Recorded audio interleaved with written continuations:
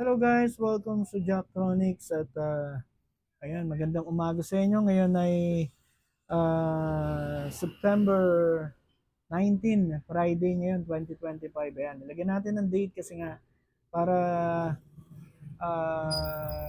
baka sabihin ng customer natin guys, ano to, matagal na tong record natin. So ayan, bago lang natin record to guys.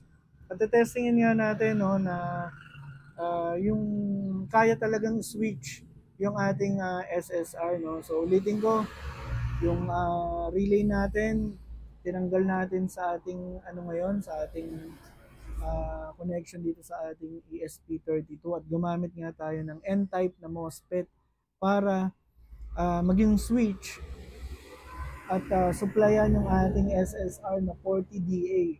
At meron tayo ditong sample no. So yan, mamaya gagana yan once ng 15 seconds at para matesting nga natin na walang error guys no, yung ating ginawang code at yung kanyang pagdadrive no, using MOSFET to switch nga yung ating SSR. So ayan, wala tayong ilaw ngayon, walang ilaw wala ring ilaw. So ayan, walang ilaw. Wala tayong credit. So maglalagay tayo ng 20 pesos na credit. So ayan guys, meron na tayong 20 pesos na credit. Ang gagawin natin ngayon, iti-trigger natin ngayon yung switch, no? Layo natin konti. Makikita naman yung ilaw.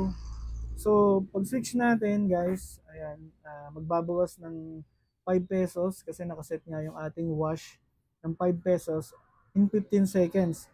So pag pindot natin ito guys, ng etong switch na to, iilaw yung ating SSR. Ngayon gagana yung 2000 watts nating heat gun. So ayan, patatakboy na natin.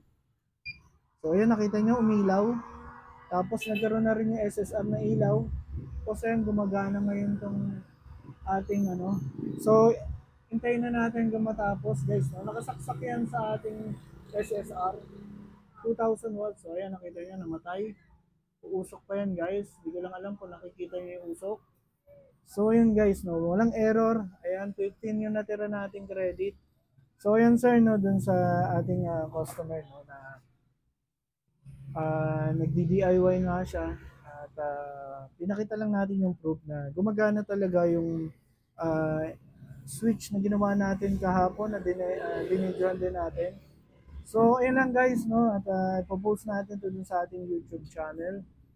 At syempre guys, no, palike naman kung meron kayong napupulot na kahit konti sa ating mga pinagagawang kabidyohan. At syempre, at para lalo tayong ganahan pa guys, no, gumawa ng mga ganitong klaseng video, paki-subscribe naman mga idol at paki-like and share na rin if hindi nakakaabala sa inyo. So ako nga pala si Jack ng Jacktronics. Hanggang sa muli.